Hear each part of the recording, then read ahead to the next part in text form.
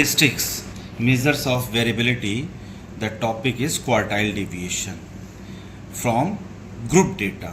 This is part 121. Calculation of quartile deviation Q from group data. The formula for finding quartile deviation Q or QD from group data is Q is equal to Q3 minus Q1 divided by 2. Here Q1, the value of Q1 is equal to L plus N by 4 minus capital F divided by FQ within bracket multiplied by CI.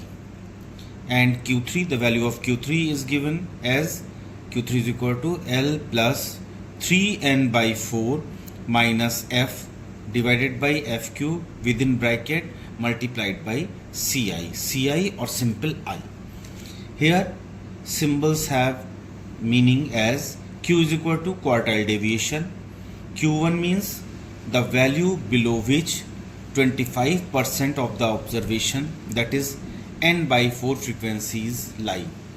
Q3 is equal to the value below which 75% of the observation, that is 3N by 4 frequencies, lie.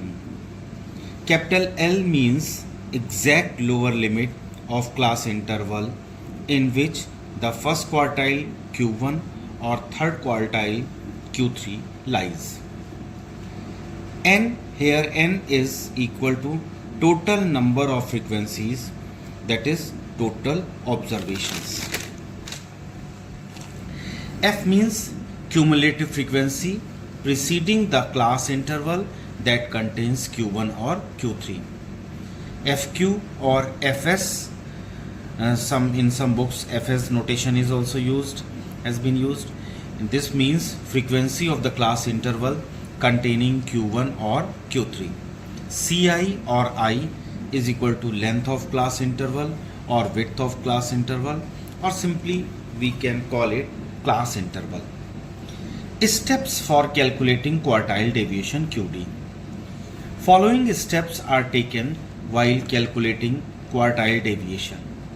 First step is, first we convert the given frequencies into cumulative frequencies and prepare a separate column of cumulative frequency capital F.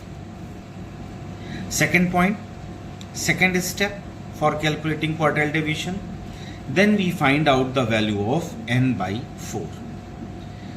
After getting the value of N by 4, third step, after this we calculate the value of 3N by 4. Fourth step is, locate these values in the cumulative frequency column. The lower boundary L of the class interval in which each value lies is taken.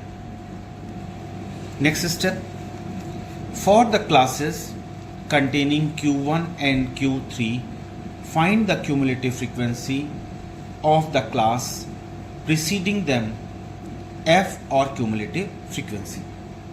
Next step is, find the frequencies F of the classes containing Q1 and Q3. Seventh step, determine the class interval width CI and substitute the values into the formula. Eighth step, for calculating quartile deviation, after finding Q1 and Q3, calculate their difference and divide it by 2. Ninth step, hence the result so obtained is the Q, that is quartile deviation. Again I am writing here Q is equal to Q3 minus Q1 divided by 2. So using this formula, putting the value of Q1 and Q3 divided by 2, we will get the value of quartile deviation. So in this part I have covered quartile deviation from group data, the formula and the notations, what are the meaning of the notations used in the formula, and steps involving to calculate quartile deviation. So this is all about this part 121. Related question, mathematical question I have taken in part 18 and 19 simply. So please subscribe the channel, press the bell icon, and those who are new and join the new as a new member.